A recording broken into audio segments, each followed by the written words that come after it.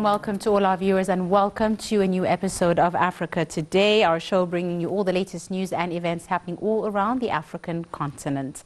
My name is Angie Meher and I'll be joining you for today's edition. And of course today we're focusing on some of the recent developments where we have seen the Foreign Minister Sameh Shoukry, who held a press conference on Tuesday with his Russian counterpart, the Foreign Minister Sergei Lavrov, in Moscow. Now, Shoukry asserted that Egypt and Russia aim to enhance bilateral relations to serve the interests of the peoples. He also pointed that the size of commercial exchange is also set to increase.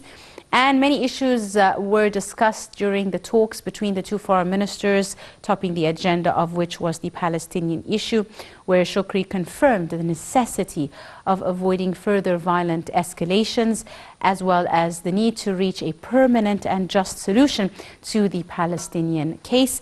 For his part, Lavrov said that they also agreed on a number of investment projects related to Daba nuclear station project, and said that they also discussed means of settling issues related to the Libyan crisis. That and much more was discussed and mentioned during the press conference, and we're now delighted to be joined over the telephone by our guest for this afternoon to tell us a lot more about Egyptian-Russian ties as well as the Foreign Minister's visit to Moscow, by Dr. Mustafa Tammam, our political analyst. Dr. Mustafa, very good afternoon to you, sir. Good afternoon. Thank you very much, Doctor, for your time and for joining us. And first and foremost, let's talk about, the visit by the Foreign Minister Sameh Shoukry to Moscow and the significance of the timing of such a visit, Doctor, in your opinion.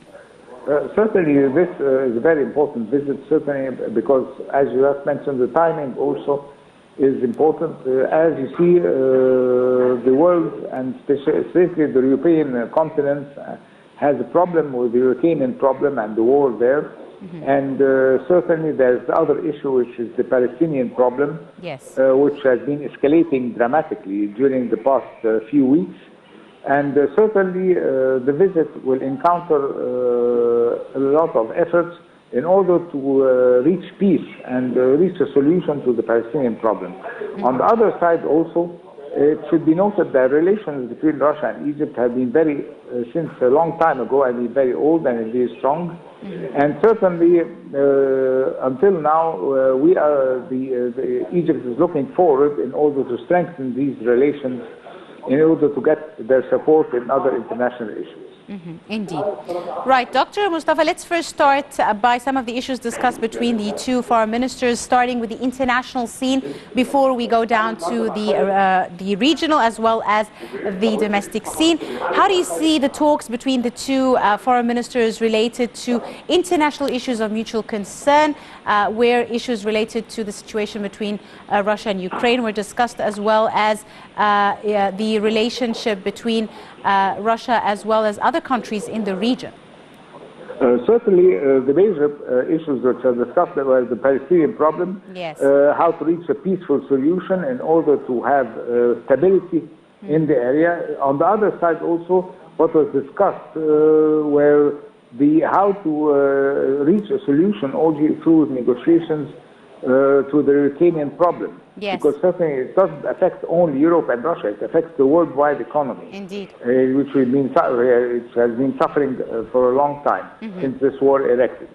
On the other side, certainly there will be discussions about having ties with other countries here, Arab countries, in order to strengthen the relations between Russia and these countries. Yes, indeed. You mentioned a very important issue, which is that of the Palestinian case, and the talks in Russia discussed the Palestinian issue and the need to stop further violent escalations by the Israelis in the occupied lands. How do you describe the Russian role when it comes to the Middle East peace process, Doctor? Well, actually, certainly, the Russian role is very, very important because it has a lot of influence, and certainly with our good relations with Russia, certainly we will get their support in order to reach a satisfactory and fair solution to the Palestinian problem. On the other side, certainly a lot of aid will be probably provided to the Palestinians from the Russians in order to support their cause and in order to meet their needs, which are a lot of needs, you see, specifically now. Indeed. Right, Dr. Mustafa, also, issues related to Russian-Egyptian relations and ties were discussed amongst the two officials, one of which was the agreed on a number of investment projects in Egypt, topping them, of course, the Daba nuclear station project, a very important project, and with the Russian expertise in this regard, how do you see the collaboration on the Daba nuclear power station? Certainly, this is a very important project, yes, and it will certainly be a cornerstone for using the energy, the clean energy, which we are supporting actually, and certainly it will reduce the costs also of energy, energy supplies, and will give a chance to Egypt also to export energy in the form of a lot of forms to neighbor countries here around. Indeed. Also, they both pointed to the size of the commercial exchange between the two countries. Could you tell us a bit about the investment ties as well as the rate of commercial and economic exchange between Egypt and Russia, Doctor?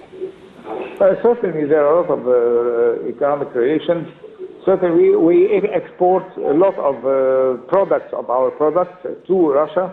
On the other side, we could benefit from Russia in the industrial area because they're quite advanced in this respect, and you can use their technology in order to upgrade our industries here in Egypt, which the government at present put a lot of focus to attract investors in two fields, in the fields of industry and the fields of agriculture.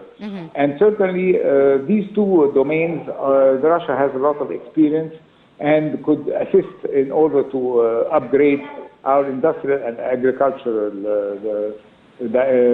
sectors. Indeed. Could you tell us a bit more about the Russian investments and the size of Russian investment in Egypt? Well, I don't have real figures, but they're quite large, and there are a lot of areas. You see, in the area of industrial cooperation, we have, and also in the domain of the military cooperation, also we have a lot of projects that are between Russia and Egypt. Yes, indeed.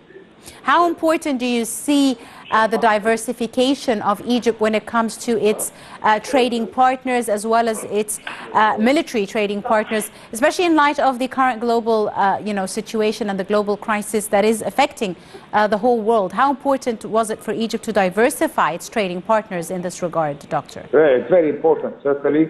And this is what Egypt did at the moment, that they're not concentrating on a certain continent or a certain country in their relations. In order that if there's a drawback for any reason with any country, there be another country which will be ready to assist and support. You see, so certainly the diversification concept is very, very important and will certainly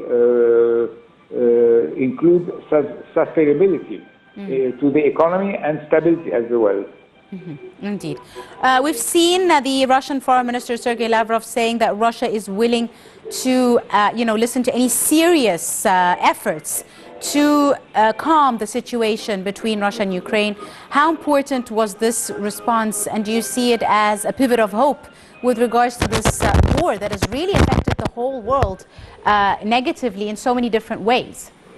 Certainly, this is very important because you see, the continuation of this, not reaching a solution to this problem, will affect not only Russia, it will affect the worldwide economy, and certainly will cause instability worldwide. And certainly, no one wants to keep this situation to a non-end, an open end. We have to reach a solution, because if we don't, certainly there'll be a lot of drawbacks and negative aspects which will affect the worldwide economy on the long run. Indeed. Speaking about this negative impact, of course, global food security has been a major impact of this war, and has not just affected Egypt, but many countries all around the world as well as the African continent. How do you see the issue of global food security as a priority now for many, many nations? Well, certainly, this is a very important point that you raised, and probably it will take some time in order that we reach to that objective, you see. Because at the moment, unfortunately, the world is in turbulence, and certainly there is not a lot of chances in order to reach this objective. But certainly, if we reach to stability, as we just mentioned now, certainly there will be a chance for us in order to do this. Right. Now, Russia is also an international heavyweight in the Middle East region as a whole, and Lavrov said during the press conference that he discussed with his Egyptian counterpart Sameh Shoukry means of settling the financial Libyan crisis as well as the political situation in Libya. How do you see the weigh-in by Russia on this very important topic? Certainly, Russia plays an important role, you see, in this area, and probably they have a lot of influence in order to reach the stability of Libya, as you just mentioned now. And we should also recognize the efforts done by Egypt and its president in order to slow down and have a stable political situation in Libya, which and certainly you have to recognize that they are our neighbors, and any instability in this country, you see, will affect us in a negative manner.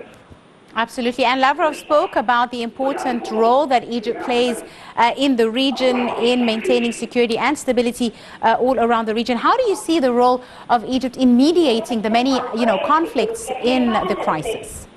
Certainly, Egypt can assist, you see, by providing advice and assistance in order to reach a peaceful solution. By providing advantages and providing facilities, you see, and providing alternatives and minimizing the differences between the two countries and showing the drawbacks and dangers if this situation will continue to as it is now, highlighting the dangers and the drawbacks that will occur.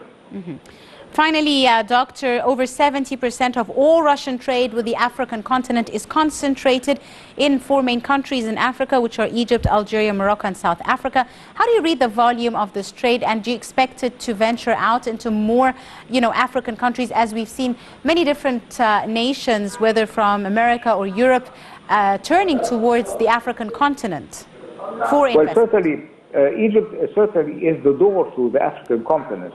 And certainly Egypt will be playing a very important role in order to strengthen the relations between Russia and the African continent. Certainly this will help Russia very much, because Egypt has a lot of experience in the African continent and has very good relations. So certainly this will have an impact on the Russian economy and the Russian relations. And also Egypt is a great windowway for the rest of the African continent, as well as Asia and Europe. So again, the political and the geopolitical stationing of Egypt is very encouraging for Russia in this regard. Would you agree, Doctor? True. Yes, correct. Right. I'd like to thank you very, very much, Dr. Mustafa Tammam, the political analyst and our guest for this afternoon. Thank you very much, sir, for your time and your insight and for joining us today. And I'm afraid that's all the time we have for today's edition of Africa Today. We do hope you have enjoyed it. To join us again tomorrow just after 2 p.m. for a new edition with a new crew. Till then, you're in the company of myself, Angie Meher. Many thanks.